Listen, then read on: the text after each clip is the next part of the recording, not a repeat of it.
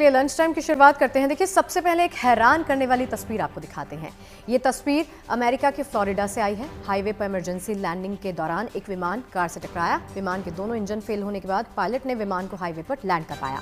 इस दौरान विमान पहले कार के ऊपर टकराया। हादसे में कार चालक तो घायल हो गया, लेकिन विमान में सवार दोनों लोग पूरी तरह से सुरक्षित है और उन्हें कोई चोट भी नहीं लगी।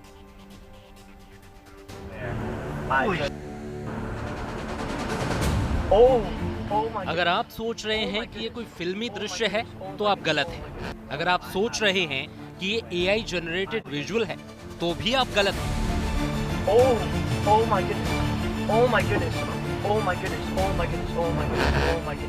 A plane just crashed onto a highway on a highway right in front of us. सड़क पर वाहनों की टक्कर आम बात है, लेकिन हाईवे पर चलती कार से विमान टकरा जाए इसकी कल्पना भी मुश्किल है। Oh my goodness. Oh my goodness. लेकिन ये हादसा पेश आया अमेरिका के फ्लोरिडा शहर में। सोमवार की बात है, शाम के 5:45 बजे थे। मैरिट आइलैंड के पास व्यस्त I-95 हाईवे पर 57 साल की एक महिला अपनी टोयोटा कैमरी कार से मंजिल की ओर बढ़ी चली जा रही थी। तभी कुछ ऐसा हुआ जिसने सबको हैरान कर दिया। हवाई मंजिल पर निकले बीचक्राफ्ट 55 मॉडल प्लेन के दोनों इंजन में अचानक पावर लॉस हो गया और ये विमान धाएं से इस कार पर आ गिरा। कार चला रही महिला को मामूली चोटें आईं, उन्हें नजदीकी अस्पताल में भर्ती कराया गया। विमान चला रहा 27 साल का पायलट और उसका साथी भी पूरी तरह सुरक्षित है। अच्छी बात ये रही कि इस हादसे में किसी की जान नहीं गई।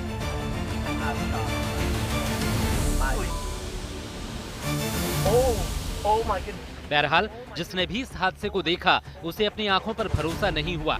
यही वजह है कि ये विचित्र किंतु सत्य हादसा सोशल मीडिया पर छाया हुआ है। Bureau report, good news today.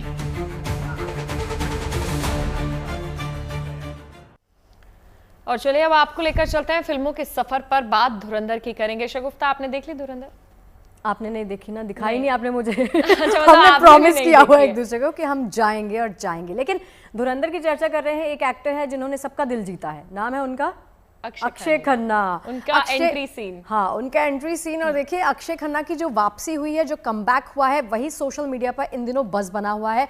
इस फिल्म से उन्होंने वापसी तो की है, लेकिन इससे पहले भी एक फिल्म आई थी जिसमें उन्होंने बहुत ही दमदार किरदार निभाया था। देखिए आपने वो अभी मुझे नाम याद नहीं आ रहा, लेकिन अक्षय का ये सेकंड मूवी वाला कमबैक है। इसके बाद एक और मूवी आ रही है। हाँ, एक और आने वाली है। क्या है बताइए फिर। देखिए, धुरंधर की रिलीज के बाद हर तरफ चर्चा क्योंकि अक्षय खन्ना की हो रही है, तो दर्शक से लेकर क्रिटिक्स तक हर कोई अक्षय के निभाए किरदार रहमान डकैत की बात कर रहा है। और इस बीच अक्षय खन्ना ने अपने फैंस को शुक्राचार्य के रूप में एक और सरप्राइज दिया है। दरअसल मंगलवार को अक्षय खन्ना की अपकमिंग तेलुगु फिल्म महाकाली से उनका फर्स्ट लुक जारी हुआ है और इसके साथ ही अक्षय खन्ना नए लुक की वजह से फिर से सुर्खियों में आ गए हैं। देखिए,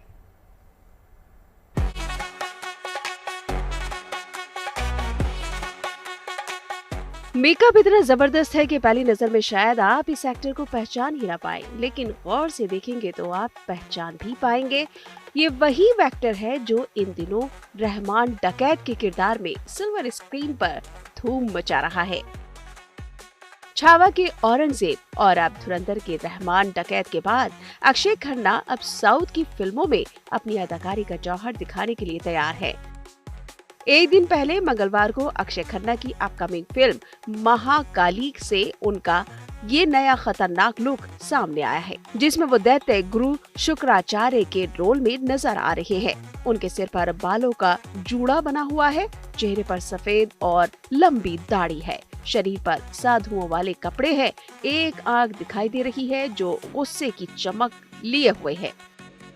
ट्रेड एनालिसिस्ट तरन आदर्श ने अक्षय खन्ना का ये पोस्टर एक्स पर शेयर किया है। तरन आदर्श ने इस पोस्ट के कैप्शन में लिखा है, हनुमान यूनिवर्स से प्रशांत वर्मा की महाकाली में अक्षय खन्ना। धुरंधर में अपनी शानदार एक्टिंग के बाद अक्षय खन्ना ने प्रशांत वर्मा की महाकाली में एंट्री ली।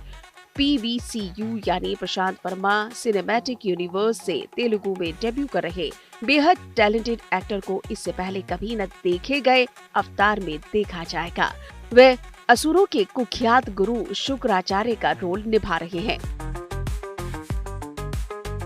जैसा कि तरण आदर्श ने बताया, महाकाली बॉलीवुड की नहीं बल्कि तेलुगु सिनेमा की फिल्म है और अक्षय खन्ना की ये तेलुगु डेब्यू है। महाकाली फिल्म का निर्माण हनुमान जैसी ब्लॉकबस्टर फिल्म दे चुके डायरेक्टर प्रोड्यूसर प्रशांत वर्मा कर रहे हैं और इसे पूजा कोल्लूरू ने डायरेक्ट किया है। शुक्राचार्य का लुक सामने आने के बाद अंदाजा लगाया जा सकता है कि अक्षय खन्ना ने किस शिद्दत से नेगेटिव किरदार को पर्दे पर सजाया होगा। अक्षय खन्ना के शुक्राचार्य अवतार का इंतजार तो सोशल मीडिया यूजर्स ने अभी से शुरू कर दिया है।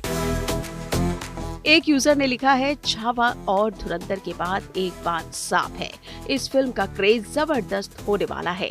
एक दूसरे यूजर ने लिखा कि वो आदमी जिसे रोका नहीं जा सकता। एक और यूजर ने कमेंट किया है, उनका लुक रोंगटे खड़े कर देने वाला है।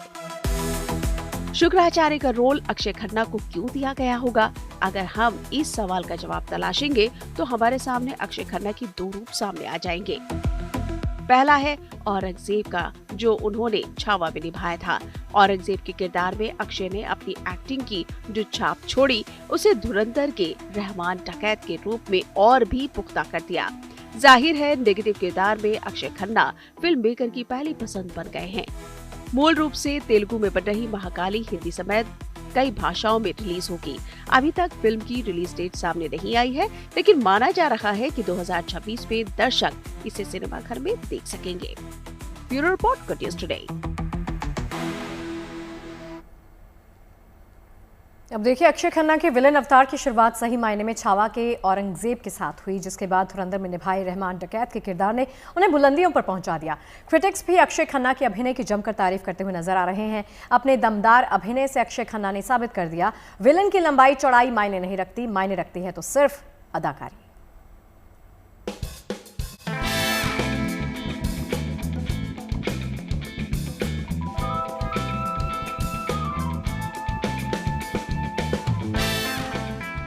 पर्दे पर निभाया एक अदद किरदार किसी एक्टर की ताउम्र पहचान बन जाता है। धुरंधर में रहमान डकैत के किरदार में अक्षय खन्ना ने कुछ ऐसी ही छाप छोड़ी है। अपनी दमदार एक्टिंग से अक्षय खन्ना ने साबित कर दिया कि एक्टर की लंबाई चौड़ाई मोटाई कोई खास मायने नहीं रखती, मायने रखती है तो सिर्फ किरदार में घुसकर अदाकारी। Akshay Khanna, he is my favourite and वो विलेन के रोल में ही वो उनको सूट करता है, बहुत सूट करता है। भले उन्होंने जो जितने भी एक्ट्स किए, कॉमेडी पहले करते थे एंड अब विलेन के रोल मुझे उनके ज़्यादा अच्छे लगने लगे। उन्होंने बहुत अच्छा किया। औसत कदकाठी वाला रहमान डकैत भी एसपी असलम और हमजा अली जैसे 6 फीट तगड़े लोगों से टक्कर ले सकता है और उन्हें नाक को चने चबवा सकता है। इसके लिए डील डॉल की नहीं, आंखों का एक्सप्रेशन, चेहरे का खूंखारपन और वहशियाना एक्शन ही काफी है। उनका गुस्सा, उनके आंसू, उनका खौफ, सब कुछ असलियत के पूरी तरह करीब लग रहा है। जहां धुरंधर के बाद रणवीर सिंह की फैंडम नई ऊंचाइयां छू रही है, वहां अक्षय खन्ना भी एक वायरल सेंसेशन बन चुके हैं। जी हां, फिल्म में विलेन रहमान डकैत का किरदार प्ले करते हुए दिखे हैं और उनका जो वो स्वैग और एंट्री डांस था, वो कहीं ना कहीं फैंस के बीच काफी पॉपुलर हो चुका है। अक्षय खन्ना की बात करें तो इस साल उन्होंने छावा में भी औरंगजेब का किरदार प्ले किया था और वहां भी नेगेटिव कैरेक्टर होने के बाद उनकी जो एक अलग लेवल क्रेज हुई थी, क्योंकि उनका परफॉर्मेंस जो था वो सबके दिलों को छुआ था और एक बहुत ही क्रिटिकली अक्लेम परफॉर्मेंस थी, साथ साथ फैंस को भी पसंद आया था। और वही चीज सेम दोहरा रही है धुरंधर में। बिना किसी खास भारी भरकम प्रॉप और मेकअप के भी अक्षय खन्ना इतने ज्यादा रहमान डकैत लगे हैं कि कोई भी उनसे नफरत करने लग जाए। जब चले तो लगा जैसे कोई बड़ा डॉन है, जब इशारा किया तो उनकी दहशत महसूस हुई। न फिल्म का हीरो न कोई और किरदार, फिल्म के शुरुआती 2 घंटे में अक्षय खन्ना ही छाए हैं। उन्हें बेहद कम डायलॉग्स दिए गए हैं, उनकी खामोशी ही इतने जोर से बोलती है कि डायलॉग्स की जरूरत ही नहीं पड़ती। धुरंधर के स्टार कास्ट के बारे में क्या कहेंगे हम? बड़े बड़े स्टार है, आप तो जानते हैं, नाम लेने की तो जरूरत है ही नहीं। लेकिन अक्षय खन्ना का जो एप्रिसिएशन मिला, जो छावा के बाद अभी फिर से मिल रहा है, वो बहुत ही अच्छी बात है। और दूसरी बात है कि अक्षय खन्ना कोई भी फिल्म रिलीज के पहले इतना कुछ मीडिया हाइप तो देते नहीं है, ज़्यादा इंटरव्यू देते नहीं है, वो चुपचाप रहते हैं, अपना काम, उनका काम बोलता है, वो ज़्यादा नहीं बोलते। और ये जो काम बोलता है वो ज़्यादा इम्प्रेसिव रहता है। रहमान डकैत के रूप में अक्षय खन्ना को वो ड्रीम रोल मिल गया जो कभी 30 मार खां का आतिश मांगा करता था। अक्षय खन्ना को 30 मार खां में डायरेक्ट कर चुकी फराह खान रहमान डकैत के किरदार से इतनी ज्यादा प्रभावित हुई कि उन्होंने अक्षय खन्ना के लिए ऑस्कर की मांग कर डाली। फराह खान ही नहीं, सोशल मीडिया भी अक्षय खन्ना की अदाकारी से हतप्रभ है। एक यूजर ने एक्स पर लिखा, अक्षय खन्ना साहब से बाहर नहीं निकल पा रहा हूँ, इस आदमी की वजह से फिर से देखूंगा। धुरंधर में अक्षय खन्ना देखने लायक हैं। शुक्रिया आदित्य धर। एक दूसरे यूजर ने लिखा, अक्षय खन्ना ने रहमान डकैत के किरदार में जान डाल दी। इसमें कोई शक नहीं कि ये उनके अब तक के करियर की सबसे बेहतरीन परफॉर्मेंस है। इसमें कोई शक नहीं कि रहमान डकैत के रोल में अक्षय खन्ना ने अपने करियर में कामयाबी की नई इबारत लिखी है, जो पहचान उन्हें हीरो के किरदार ने अब तक नहीं दिलवाया, वो अब रहमान डकैत बनकर उन्हें मिल रही है। Bureau report, good news today. Ranveer Singh starrer धुरंधर भारत में ही नहीं पाकिस्तान में भी गदर मचा रही है। आदित्य धर की कसी हुई कहानी की तारीफ तो हो ही रही है, साथ ही जिस तरह उन्होंने लुधियाना के खेरा गांव को कराची की तहसील लियारी को जैसा दिखाया है, वैसे ही उसी की सराहना भी की जा रही है। खासतौर पर पाकिस्तान में धुरंधर की तारीफ में कसीदे पढ़े जा रहे हैं। फिल्म की तमाम क्लिप्स वायरल हैं। रणवीर सिंह से लेकर अक्षय खन्ना, संजय दत्त सभी अपनी दमदार एक्टिंग की वजह से छाए हुए हैं। जो मंगलवार बॉक्स ऑफिस के लिहाज से ठंडा माना जाता है, उस दिन भी धुरंधर कमाई के मामले में धुरंधर साबित हुई। जिस तरह से फिल्म पर लोगों का प्यार बरस रहा है, उससे लगता है कि इस हफ्ते ये फिल्म 400 करोड़ का आंकड़ा पार कर जाएगी। धुरंधर केवल हिंदुस्तान में ही लोगों के दिलों पर राज नहीं कर रही है, बल्कि फिल्म का जलवा पाकिस्तान में भी है। वहां धुरंधर को जमकर तारीफें मिल रही हैं। पाकिस्तान में चर्चा सबसे ज्यादा उस लियारी की है जिसे फिल्म में आदित्य धर ने हूबहू पर्दे पर उतार दिया है। पर्दे पर लियारी को देखकर खुद कराची वाले भी दंग हैं। यहीं के रहने वाले एडवोकेट और राइटर सादिक सुलेमान का एक इंटरव्यू चर्चा में है, जिसमें उन्होंने धुरंधर की तारीफ में जबरदस्त कसीदे पढ़े हैं। पाकिस्तानी इस बात से हैरान है कि जिस कराची की लियारी की उन्होंने अब तक कहानियां भर सुनी है, उसे एक हिंदुस्तानी डायरेक्टर ने बखूबी पर्दे पर कैसे उतार दिया। कराची में रहने वाले सादिक सुलेमान ने इंटरव्यू में जो बात बताई है वो बड़ी दिलचस्प है। उन्होंने कहा है कि यह फिल्म कमाल की है। कराची का नागरिक होने के तौर पर मैं ये फिल्म इसी उम्मीद के साथ देखने गया था कि इसमें भी आम बॉलीवुड फिल्मों जैसा अतिरेक होगा, मगर जिस बारीकी और समर्पण से उन्होंने मेरे शहर को दिखाया है, वो देखकर मैं हैरान रह गया। धुरंधर के ट्रेलर के बाद से ही पाकिस्तान में इस फिल्म को लेकर खलबली मची हुई है। वहाँ के लोगों को यकीन नहीं था कि कोई हिंदुस्तानी कराची की गलियों की कहानी और उसके इलाके को इतनी बखूबी तरीके से पर्दे पर उतार सकता है। अपने इंटरव्यू में कराची में रहने वाले सादिक सुलेमान कहते हैं कि फिल्म के कुछ अहम सीन मैंने अपने पेरेंट्स को भी दिखाए, वो भी इसे देखकर हैरान रह गए। 60 के दशक में वो खरादार और मीठादर में रहे हैं। ये वो कस्बे हैं जो लियारी से लगे हुए हैं और इसलिए वो लियारी के चप्पे चप्पे से वाकिफ हैं। उन्होंने भी कंफर्म किया कि फिल्म की सेट डिजाइन और माहौल हूबहू लियारी जैसी है। मीठादर, खरादर और चाकीवारा को इतने परफेक्शन से दिखाने के लिए धुरंधर काबिले तारीफ है। बॉक्स ऑफिस पर धुरंधर ने जिस धमाके के साथ अपना सफर शुरू किया है, उसकी धमक अभी लंबी रहने वाली है। फिल्म कमाई का कैसा और कितना बड़ा रिकॉर्ड बनाएगी, ये सामने आना बाकी है। लेकिन जिस तरह से धुरंधर ने कराची की तहसील लियारी को पर्दे पर रिक्रिएट किया है, उसके बाद तो पाकिस्तान वाले भी आदित्य धर की डिटेलिंग के फैन। सुपरस्टार यश के करते हैं, जिनकी फिल्म टॉक्सिक का नया पोस्टर रिलीज किया गया है। पोस्टर रिलीज होते ही इसने इंटरनेट पर तहलका मचा दिया। उनकी फिल्म को लेकर जबरदस्त बज़ बना हुआ है। बड़ी बात यह है कि बॉक्स ऑफिस पर टॉक्सिक की टक्कर धुरंधर 2 के साथ होने जा रही है। अगले साल 19 मार्च को ये दोनों फिल्में रिलीज होंगी।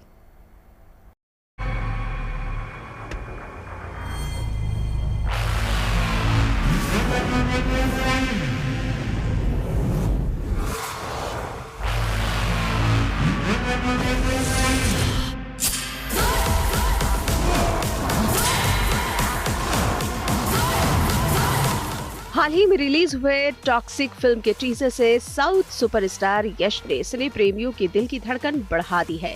KGF फेम यश के टॉक्सिक अवतार को देखने की तमन्ना फैंस के सिर चढ़कर बोल रही है। फैंस की एक्साइटमेंट को और बढ़ाते हुए यश ने अब टॉक्सिक का एक पोस्टर रिलीज किया है।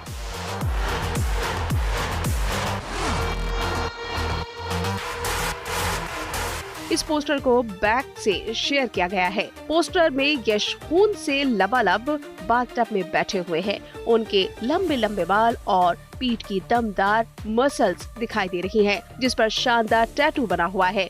हालांकि इस पोस्टर में उनका चेहरा नजर नहीं आ रहा है, लेकिन फैंस इसे टॉक्सिक की अब तक की सबसे दमदार झलकियों में से एक मान रहे हैं। एक दिन पहले अपनी शादी की सालगिरह पर टॉक्सिक के पोस्टर को इंस्टा अकाउंट पर शेयर करते हुए यश ने लिखा, 100 दिनों में फेरी टेल की कड़ियां खुलेंगी। इस पोस्टर रिलीज के साथ ही टॉक्सिक का ऑफिशियल काउंटडाउन भी शुरू हो गया है और अब तो टॉक्सिक की रिलीज में 100 दिन नहीं बल्कि 99 दिन ही बचे हैं।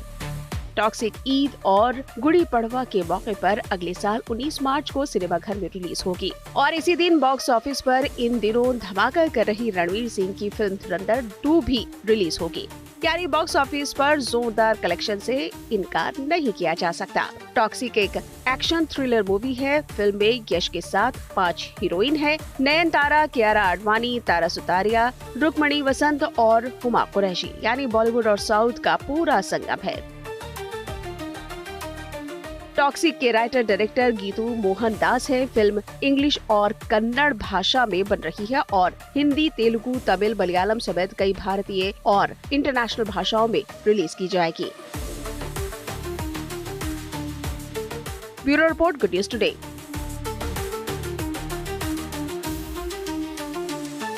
बॉलीवुड सुपरस्टार शाहरुख खान ने एक खास उपलब्धि हासिल की है। उनका नाम न्यूयॉर्क टाइम्स की एक खास सूची में शामिल हुआ है। सबसे बड़ी बात यह है कि इस सूची में शामिल शाहरुख इकलौते भारतीय हैं। शाहरुख का नाम न्यूयॉर्क टाइम्स द्वारा जारी साल 2025 के 67 सबसे स्टाइलिश लोगों की सूची में आया है और इस लिस्ट में अलग अलग इंडस्ट्री के दुनिया भर के कई दिग्गजों के नाम शामिल हैं।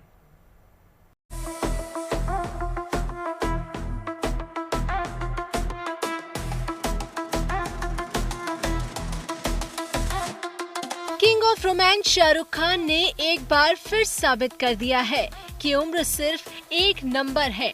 60 साल की उम्र में भी SRK की स्टाइल और स्वैग का कोई जवाब नहीं।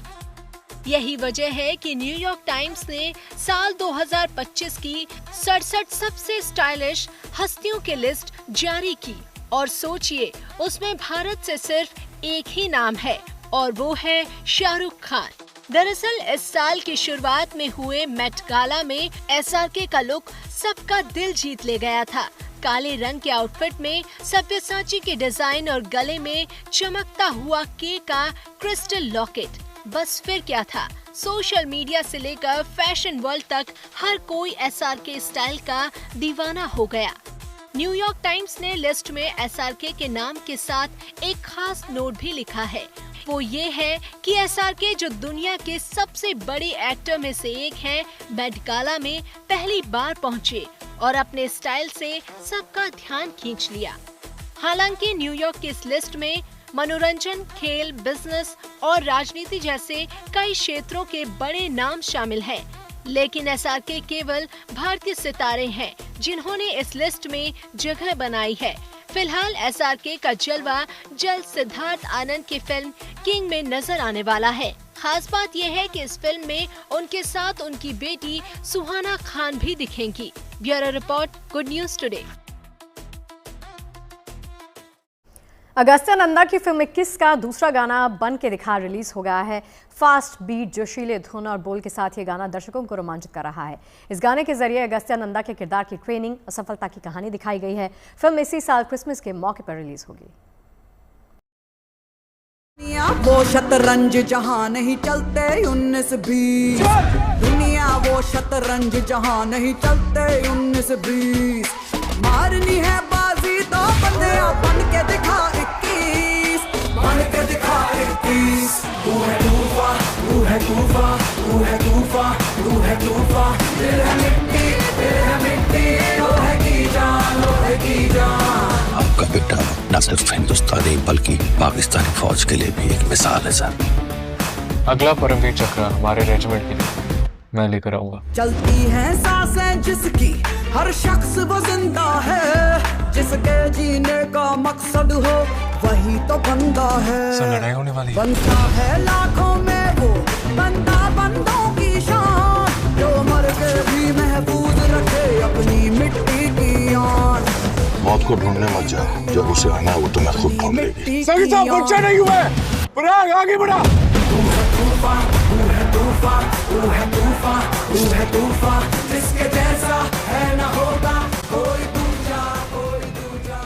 भगवान सूर्य को समर्पित ओडिशा के कोणार्क मंदिर की पुरानी चमक लौटने वाली है। 122 साल बाद यहां गर्भगृह खुलने का रास्ता साफ हो गया।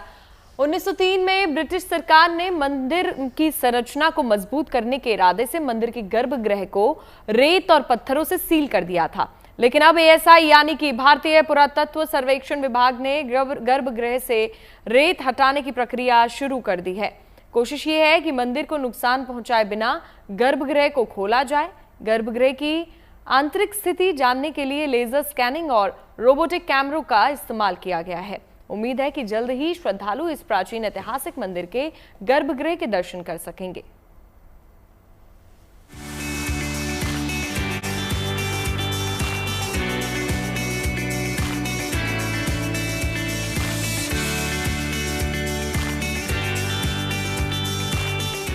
कोणार्क सूर्य मंदिर के गर्भगृह का रास्ता मिल गया है।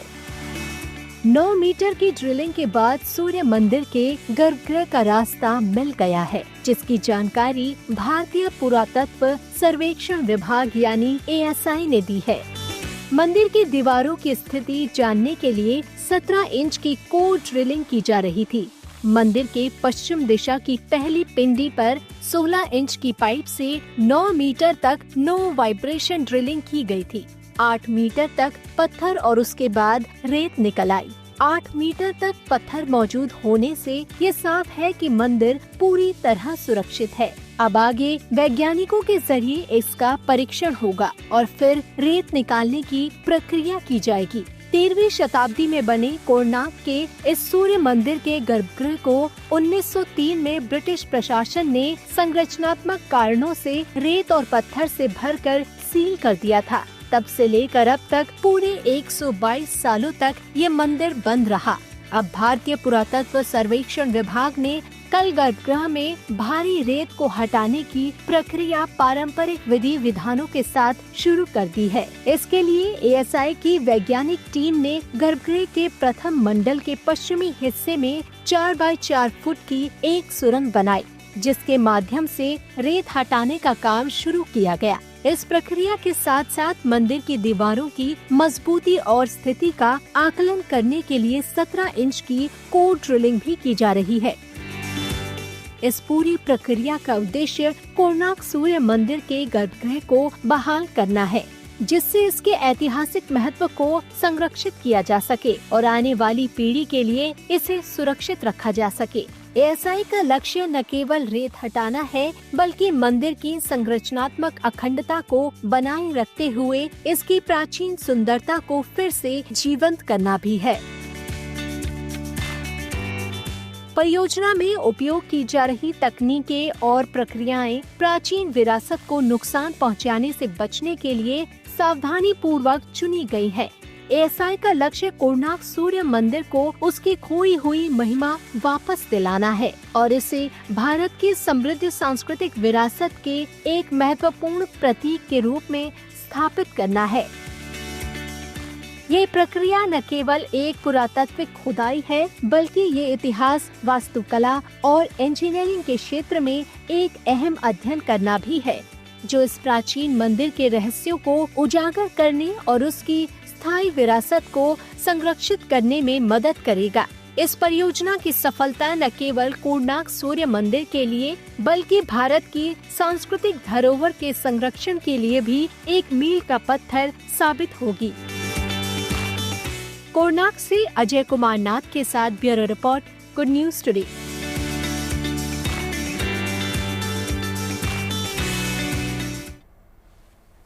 और चलिए अध्यात्म के प्रकाश से अब आपको उत्सव के प्रकाश की तरफ लेकर चलते हैं। बात दीपावली की। आपको लग रहा होगा कि जब दिवाली अक्टूबर में बीत गई तो भला अब इसकी बात क्यों हो रही है।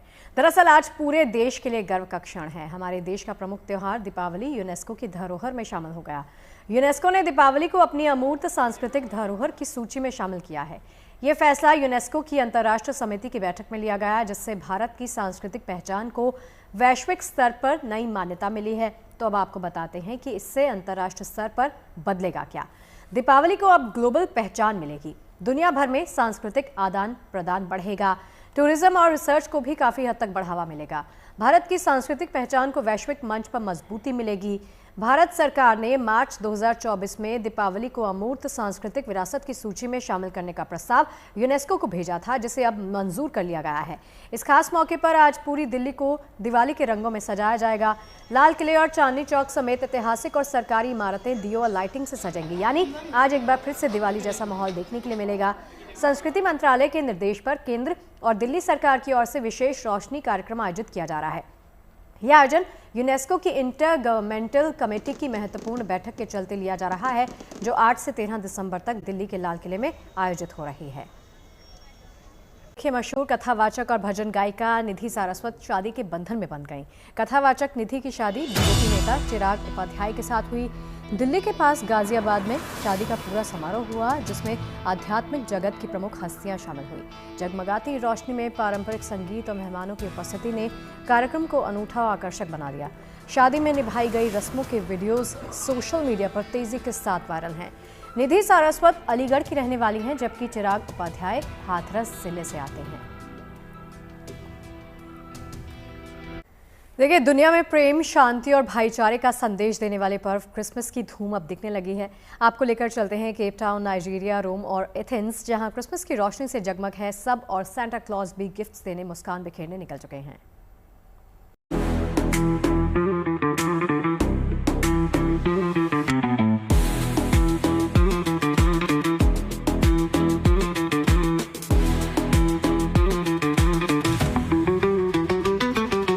क्रिसमस की रौनक चारों ओर छा रही है।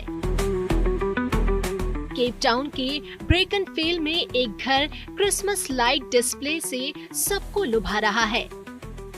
ये हजारों क्रिसमस लाइट से सजा इस उत्सव का आकर्षण बन गया है। इस घर का बागीचा भी जगमगा रहा है और इसकी छत पर लगी प्रदर्शनी भी पर्यटकों को लुभा रही है। घर एलईडी स्ट्रिप्स, रोशन आकृतियों और एक बड़े क्रिसमस ट्री से जगमगा रहा है।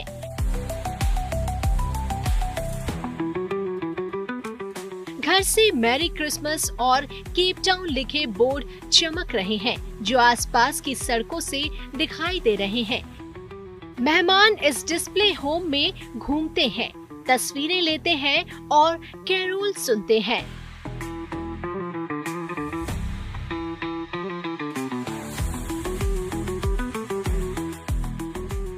बच्चे खिड़कियों से क्रिसमस के दृश्यों और सजावट को देखते हैं, जिसमें एक स्नोमैन और फादर क्रिसमस की मूर्तियां शामिल है। यह छोटी शुरुआत के रूप में शुरू हुई थी और अब ये एक बड़े इवेंट में तब्दील हो गई है। बच्चे इधर उधर दौड़ते हैं, उन्हें अब बहुत पसंद है। हर कोई बस तस्वीरें लेना चाहता है। डेली रात 8 से 10 बजे के बीच इसे देखा जा सकता है। ये 30 दिसंबर तक खुला रहेगा।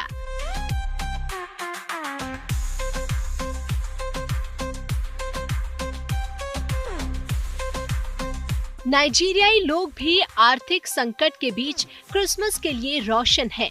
पेरू लागोस जगमगा उठा है, तो वहीं शहर के कुछ हिस्से रोशनी से चमक रहे हैं। लागोस की सड़कों पर रंग बिरंगे मेहराब और जगमगाती प्रदर्शनियां लगी हैं, जहां लोग रोशनी से जगमगाते बैकग्राउंड में तस्वीरें खिंचवा रहे हैं।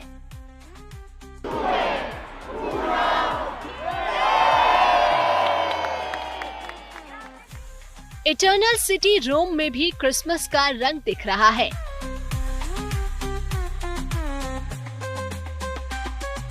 यहाँ के पियाजा डेल पोपोलो में एक चमकदार क्रिसमस ट्री और वाया डेल कोर्सो की लोकप्रिय शॉपिंग स्ट्रीट पर रोशनी की एक सीरीज के साथ त्योहारी मौसम शुरू हो गया है, जिसे कैथोलिक पर्व कहते हैं।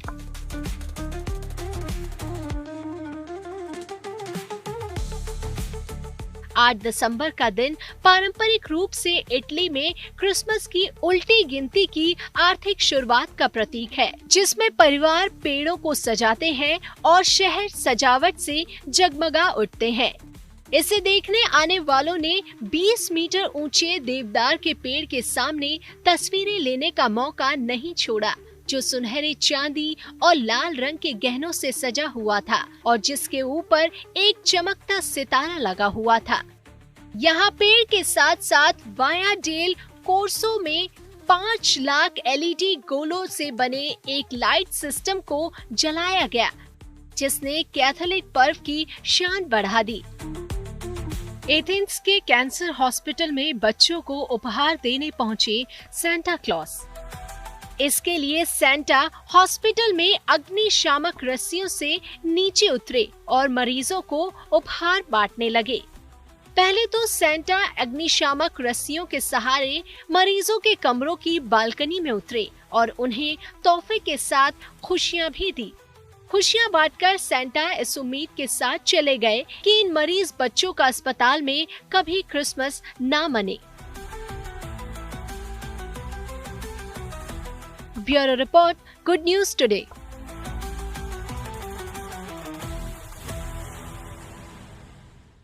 अभी आपने बांस यानी बम्बू के बैट के बारे में सोचा है, लेकिन आज हम बांस के बैट के बारे में बात करने जा रहे हैं, क्योंकि गुजरात के वडोदरा के एक क्रिकेटर है परीक्षित पाटीदार और टीम इंडिया में जगह बनाने के लिए प्रयास भी कर रहे हैं। उनके पिता ने बांस के बैट का आविष्कार किया और वो चाहते हैं कि बांस के बैट को मान्यता मिले, क्योंकि एक तो बांस का बैट सस्ता विकल्प साबित होता है और पर्यावरण को भी नुकसान कम होगा।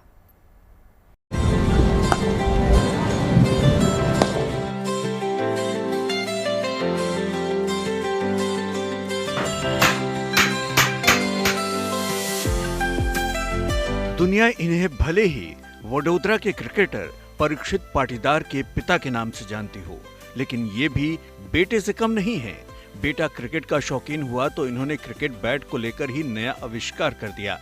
इन्होंने भारत में हर जगह पाए जाने वाले बांस को हथियार बनाया और कर डाली बांस से बनने वाले बैट की रचना। आमतौर पर क्रिकेट का बैट खास लकड़ी, इंग्लिश विलो या कश्मीरी विलो से बनता है, लेकिन इन्होंने बांस से बैट बनाकर क्रांति लाने की कोशिश की है। घनश्याम पाटीदार का मानना है कि सदियों से क्रिकेट में इस्तेमाल होने वाले पारंपरिक विलो लकड़ी के बल्लों की जगह बांस का इस्तेमाल एक टिकाऊ और सस्ता विकल्प देता है। हमने BCCI को भी लेटर लिखा है, क्योंकि क्या है सर, ये प्राकृतिक आपदा है। ये अगर अपन ने जंगल ही काट दिए तो आप क्या करोगे। और मैं तो आपके माध्यम से बोलना चाहूँ, आज नहीं तो 25-50 साल बाद आपको इस बाम्बू बैट को अप्रूवल देना पड़ेगा, क्योंकि बाम्बू के अलावा वो कश्मीरी विलो और इंग्लिश विलो की लकड़ी जो है, उसको अगर कोई स्विच ऑफ कर सकता है, उसको उसकी जगह कोई ले सकता है तो बाम्बू। घनश्याम पाटीदार ने बांस से बने बल्ले के लिए पेटेंट एप्लीकेशन भी फाइल किया है। पाटीदार का दावा है कि अगर इसे भारतीय क्रिकेट कंट्रोल बोर्ड से ऑफिशियल मंजूरी मिल जाती है तो इससे लगने वाले छक्के विलो बल्लों से कहीं ज्यादा दूर जा सकते हैं। उनका कहना है कि इस खासियत की वजह से बांस का बल्ला गेम चेंजर साबित हो सकता है, खासकर बल्लों के दबदबे वाले T20 क्रिकेट फॉर्मेट में। और ये बैम्बू का बैट टिकाऊ भी साबित हो चुका है। दिमाग में ये था कि अगर हम इसको चिपका रहे हैं तो कहीं अगर इसकी टाइम ड्यूरेटी या इसकी उम्र कितनी होगी, क्योंकि चिपकाने के बाद में हो सकता है कि ये जल्दी खुल जाए। तो एक चैलेंज था, इसके लिए हम उसको मार्केट में अभी लेके नहीं आए, मतलब इतना जल्दी, क्योंकि ये तो साल भर पहले 1.5 साल पहले बैट बन गया था। हमको यही देखना था, वो हमने चेक किया कि ये एक साल भर 1.5 साल इसका प्रेशर और इतना प्राकृतिक, जैसे हर क्या बोलते हर ऋतु में, ठंडी में, बरसात में, गर्मी में, इसमें क्या चेंज आता है, इसकी स्लाइस खुलेगी कि नहीं खुलेगी, हमको पता नहीं था। अब हम श्योर हो गए कि किसी भी मौसम में इसकी स्लाइस नहीं खुलेगी और ये जो आपका इंग्लिश विलो और कश्मीरी विलो बैट है उस मुताबिक ये बैट काम करेगा। दरअसल घनश्याम जी की बैट मरम्मत की दुकान है। उनका कहना है कि जो बैट होते हैं उनके हैंडल को बनाने में बांस की लकड़ी का ही इस्तेमाल होता है। तभी उन्हें ये विचार आया कि पूरा बल्ला बांस से क्यों नहीं बन सकता।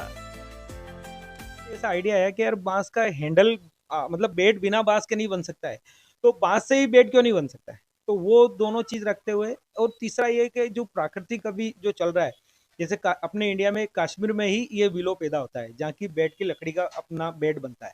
तो कश्मीर में अगर पिछले साल देखें तो दो जो पहाड़ जंगल जो लकड़ी कटी और उससे पहाड़ के पहाड़ जो टूटे और जो गांव बह गए, 6 से 7 गांव सर बह गए। तो दोनों एक पर्यावरण को बचाने की मुहिम है, और दूसरा ये बेड का जो रेट बढ़ रहा, इसको कैसे नीचे लेके आए, ये दो मुहिम को ध्यान में रखते ये काम चल रहा है। बांस के बल्ले की उपयोगिता और मजबूती को परखने के लिए घनश्याम पाटीदार के बेटे क्रिकेटर परीक्षित पाटीदार पिछले 6 महीने से नेट प्रैक्टिस के दौरान इस बल्ले का इस्तेमाल कर रहे हैं। बांस के फाइबर की नेचुरल बनावट की वजह से बॉल के बल्ले के सामने वाले हिस्से से टकराने पर उससे ज्यादा बाउंस मिलता है, जिससे बैटर कम ताकत में ज्यादा पावरफुल शॉट मार सकता है, क्योंकि इसका निर्माण बांस के टुकड़ों से किया जाता है, जिसमें लचीलापन ज्यादा होता है। बांस के बल्ले को क्रिकेट जगत से अगर अप्रूवल मिलता है तो क्रिकेट जैसे महंगे खेल में वैसे होनहारों की भी एंट्री हो सकती है जिनके पास संसाधनों की कमी है, क्योंकि बांस का बल्ला किफायती तो है ही, साथ ही आसानी से उपलब्ध होने वाला भी है। हालांकि इस बैम्बू बैट का वजन थोड़ा ज्यादा है। घनश्याम पाटीदार का मानना है कि उन्हें अगर सरकार की ओर से मदद मिलती है तो इसका वजन कम करना कोई बड़ी बात नहीं है। वडोदरा से दिग्विजय पाठक के साथ bureau report, good news today.